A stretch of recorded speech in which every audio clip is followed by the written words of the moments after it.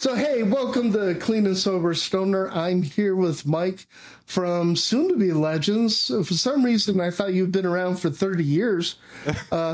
This is Mike, the guitar player. We can blame him for those crushing riffs from King Bastard. Can I say that on YouTube? So, what we're going to do is, I have not heard this song. We're going to listen to it together, and then I'll react to it. But before we kick it off, what can I expect out of this? I mean, is it kind of your mellow acoustic side? Is it the disco version? Are you doing some? Are you sampling Kanye in this? What's none of the above. It's much different than our earlier stuff. So if you heard the first album, it's nothing like it. But I think that's a good thing because we're kind of exploring getting into the much more heavier realms of the doom scene. Okay. So this song's probably the heaviest thing we've ever written so far. And hopefully this is like a 3-minute single version, the quick in and out, right? Something like that. When I downloaded the file, it indicated is 22 minutes long, and I'm like, what the? It's 12 minutes long. Apple Music considered it an EP. So that's cool. It's the longest song we've ever written. Part of that's because, there was some decisions on if we wanted to fade the ending out or not. And, after listening back, the whole time we're like, oh yeah, we're going to fade it out. We're going to fade it out. And then listening back, we're like, you know what? This is too good to fade it out. We're keeping it going the whole way. So it's a 12-minute journey. Okay. You ready to go on this journey? Yeah. Jesus.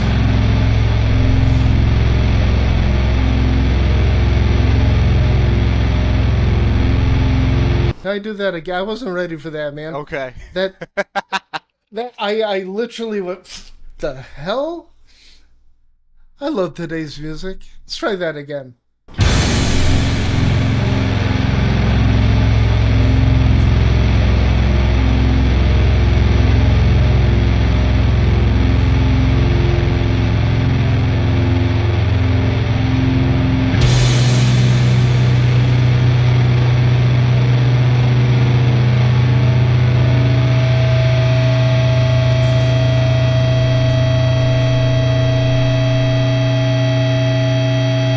Okay, first question. I've got to know. What did you do? Tune down to like G? We're in drop F. So I'm not off by drop F.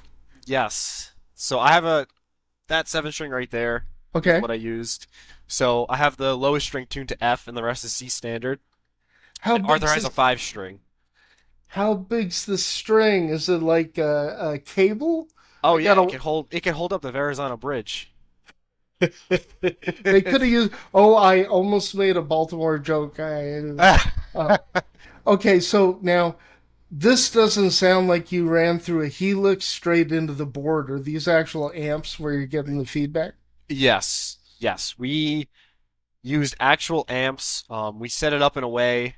So we had the amp set up in an ISO booth, but to get the feedback, I had to be in there. So I was in this tiny little ISO booth with my head sticking out of the door, holding my guitar to the amp, like holding out these notes.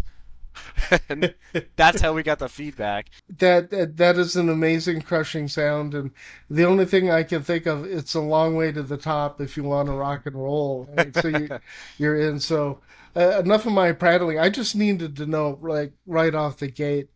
Is this live? What are we hearing here? And so just my prejudice and bias, when I hear something that's digitally produced to do that, I'm done.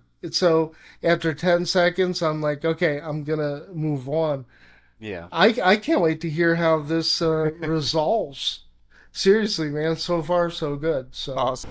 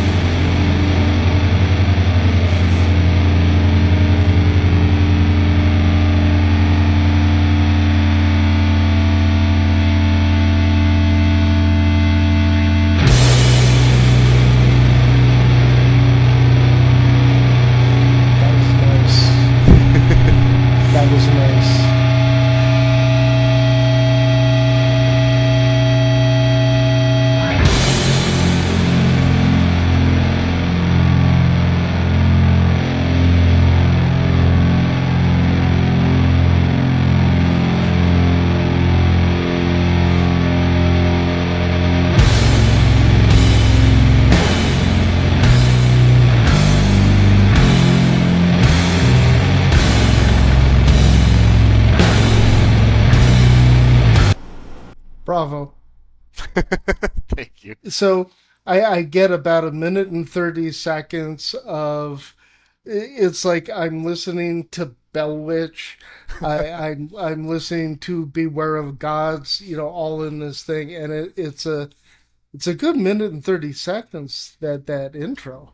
That intro is in 33 beats per minute, which is, I think, right at the cusp of human perception of a beat. Yeah. So we pushed the limits on that one. You really did, and really tastefully so. So by the time the drums come in, man, I'm ready for I'm like, okay, I need this to go somewhere, Right. and then boom. So now you're back up to. Are you still in about 30 beats? Yeah, it's 66, so like technically, Okay, so you're just gone double the time. basically. Nice effect. You can tell this isn't your first rodeo. Nice. Thank you.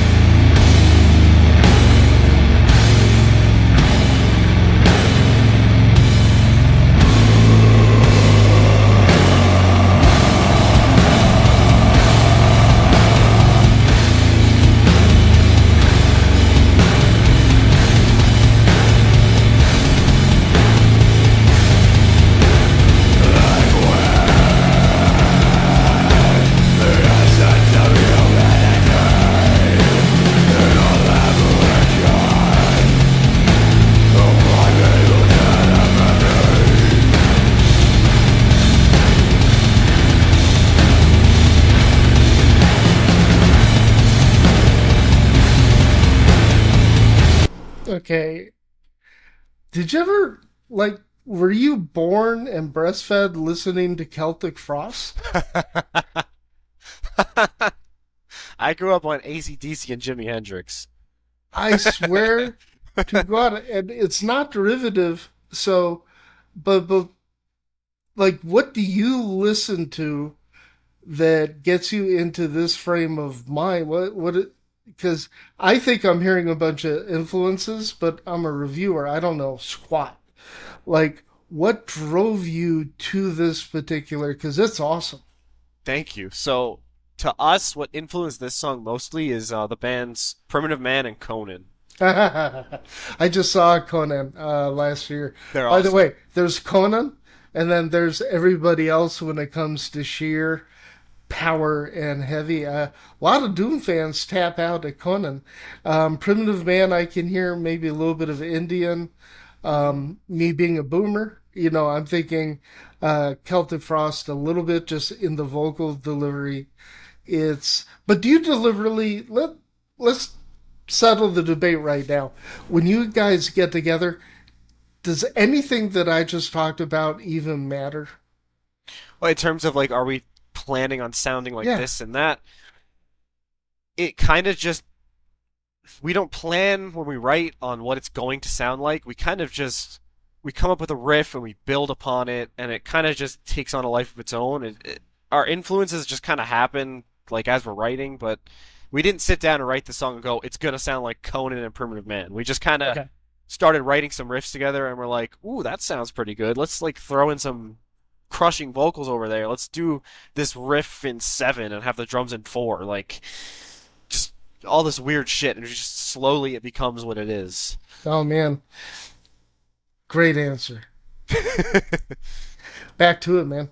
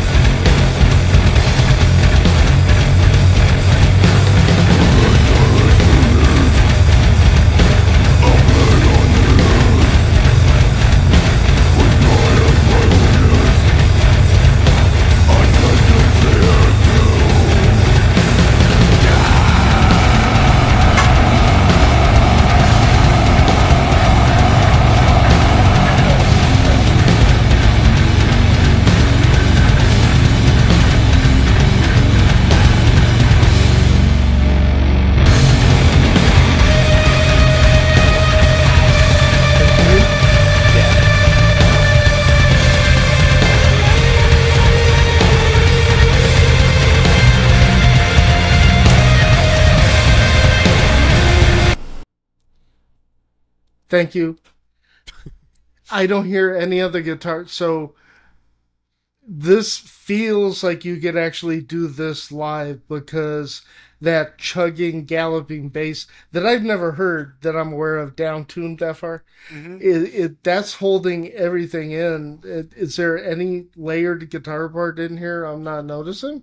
So I did record a double track guitar, but I wanted to cut it out of that part because we do play this live and we want to retain that.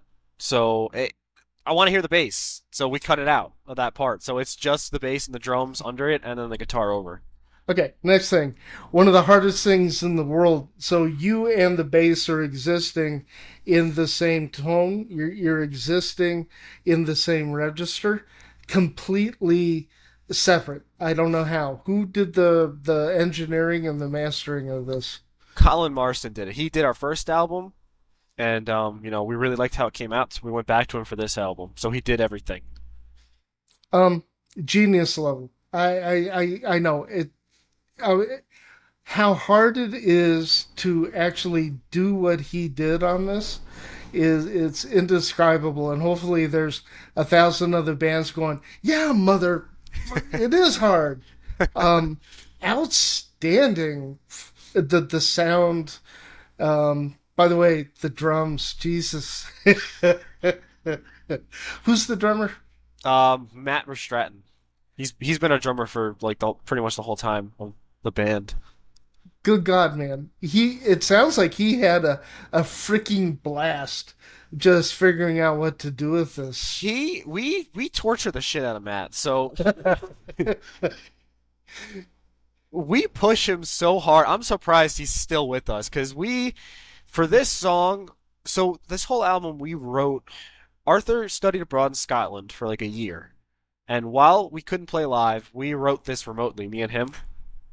So to write the drum parts, me being the idiot guitarist I was just, pressing buttons on my keyboard in a digital DAW just to get a framework of something, which means you can just create these like insanely stupid things that a drummer would be like, how the fuck am I supposed to play that?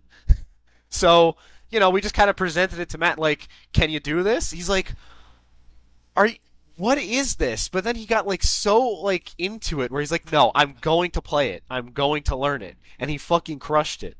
So he took this crazy thing that I didn't think was even possible for a drummer to play. He learned it and he played it in the studio. This is so cool for me because when I'm listening to a song for the first time, these are the questions that come into my head. Which is why I love doing these live reactions. By the way, everybody, one, you need to listen to this with headphones. If you're on your laptop, I don't care how good it is, you need to be on headphones or you need to be on speakers. The other thing, of course I have a link below.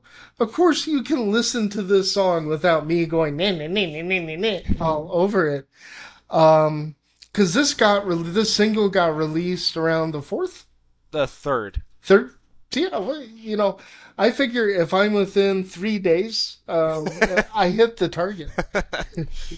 Okay, I need to get back to this. This is, I expected something utterly different from you guys, so this is a blast. Awesome.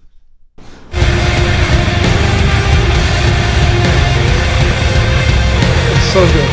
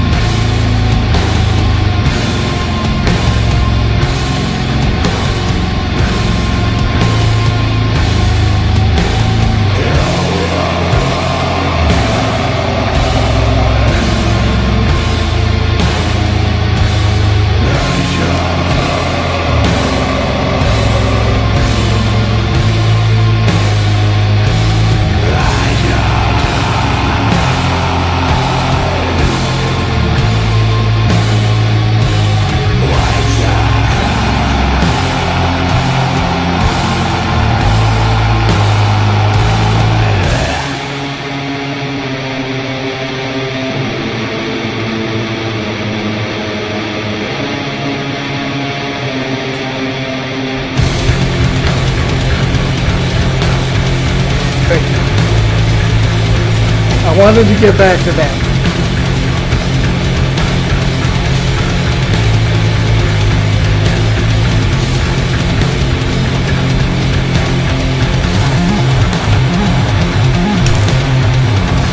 Yes!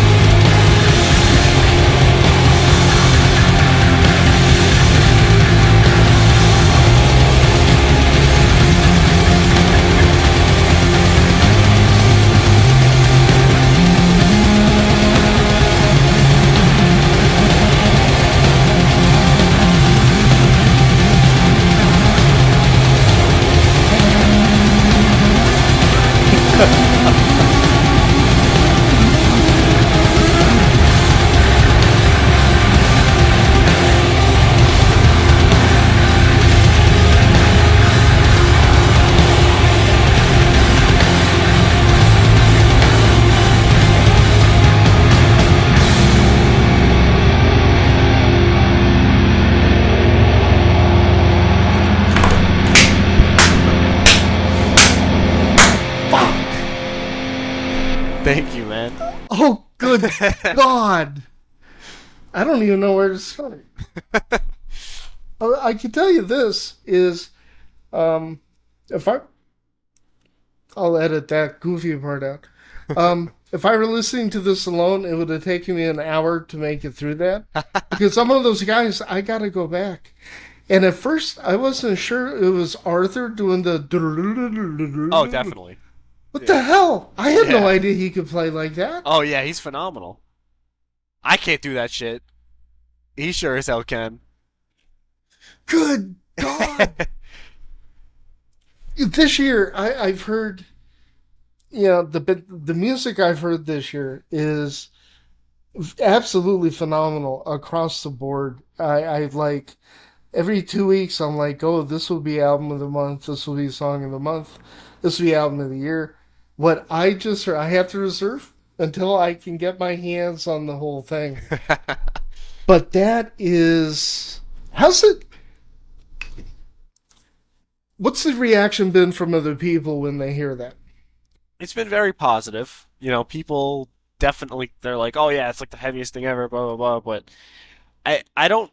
I'm still trying to get it out there, because right now it's we're still kind of small. So I really do like I want to spread the message of King Bastard as much as I can because I'm really proud of this song, and we're all Matt and Arthur, like we're all very proud of it, and I think it's a different level than what we did on the first album. This It's one a different band. yeah, we really sat down and we wrote this stuff out way differently than we did with the other stuff because, again, Arthur was in a different time zone. So, me and him, I would wake up super early in the morning. It would be nighttime there, and we would just start writing stuff like right where I'm sitting now. Streaming our DAWs and like sharing our screen, going back and forth. Like, how's this sound? Like, send me that file. Let's layer it in here, and we just months of doing that. He finally's back in the U.S., and then we had like a day to record. You recorded that in a day? We recorded that song in one session. We did some other stuff too, but it was like a 14-hour day in the studio. It was exhausting. It was exhausting, but I think it paid off. The energy on that, there's so many things going on in the drums. Now I'm a bass player, and I key on certain things. First time I listen, you know, that drumming is it there's something about the new generation that the drum is almost a melodic instrument in there. It's carrying a lot of the weight, all the weight on the chugging, but then the stuff that he's doing is like, and you're guitar playing, okay. You didn't try to shred. You didn't try to, because you could have gone 64th note, but you did not. It's really emotive. So effects wise, how did you achieve? Because you have about 4 different tones that I can identify in there. What are you using for effects? What do you use? So for this song, I didn't use too many effects. The main thing I used was the Dan Electro talkback for Okay. it was for that lead in the middle of the song. Um, Other than that, it was really just I think I was just using the amps distortion for most of it and some reverb, Silver Spring reverb.